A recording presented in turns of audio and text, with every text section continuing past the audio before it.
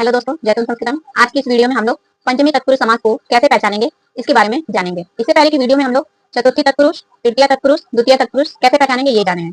तो चलिए जानते हैं कि पंचमी तत्पुरुष समास शब्द को देख के, संस्कृत में किसी शब्द को देख के हम कैसे जाने कि हाँ इसमें पंचमी तत्पुरुष समास ही है।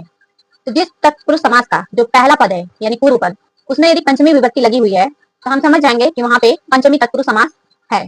पहला तो पहचानने का जो रीजन है यही है कि जैसे उदाहरण से समझ लीजिए, उदाहरण है हमारा वृक्षात पतितः, शब्द बना हमारा वृक्ष पतितः। तो इसमें जो वृक्षात है ये पूर्व पद है और जो पतिता है ये उत्तर पद है, और जो वृक्ष पतिता एक साथ लिखा हुआ है वो सामासिक पद या समस्त पद या समास कह सकते हैं।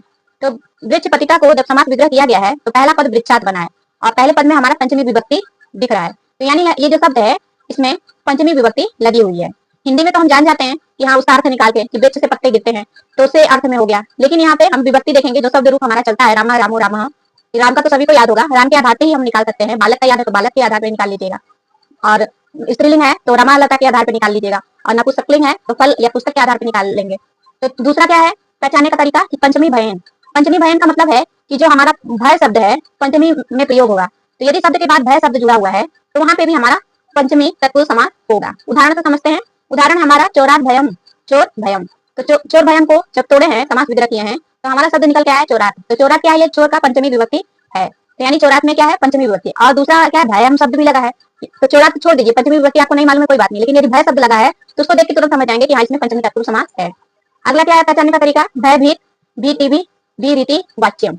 इसका मतलब है कि जहाँ पे शब्द में भय शब्द भी शब्द लगा हुआ रहेगा तो उस वाक्य में जो है या उस शब्द में हमारा जो है पंचमी तत्पुरुष समास होगा। जैसे यहाँ पे भी उदाहरण हमारा सिंहात भीत, तो भी शब्द भी रूप शब्द का जो है रूप बना हुआ है भीत, यानी भय भी अभयम ये शब्द यदि है लगा हुआ है तो हमारा तो भी पंचमी तत्पुरुष समास होगा। सिंहात में जो है शेर से भयभीत हो रहा है, यानी शेर में जो है हमारा पंचमी विभक्ति है और भय शब्द भी लगा हुआ है, भी है, तो हमारा क्या हो गया इसमें भी पंचमी तत्पुरुष समास हो गया।